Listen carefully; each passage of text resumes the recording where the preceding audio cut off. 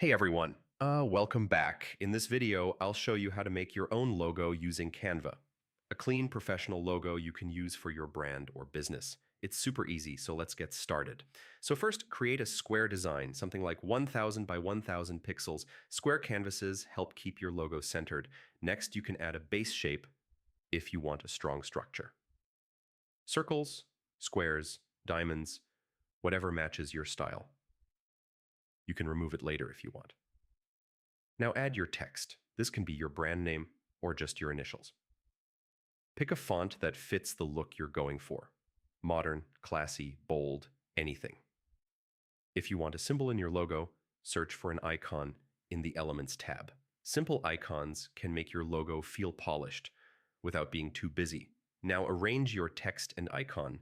Keep everything centered and spaced evenly. Canva's guides make this super easy. Next, choose your colors. Pick one or two colors that match your brand identity, or enter a hex code if you already have a palette. You can add a few finishing touches, maybe a line, a shadow, or a simple detail. Just don't overdo it, since clean logos usually look best. When you're done, group everything so it stays together, and then download it as a PNG. If you need a transparent background, make sure that option is turned on, and that's it.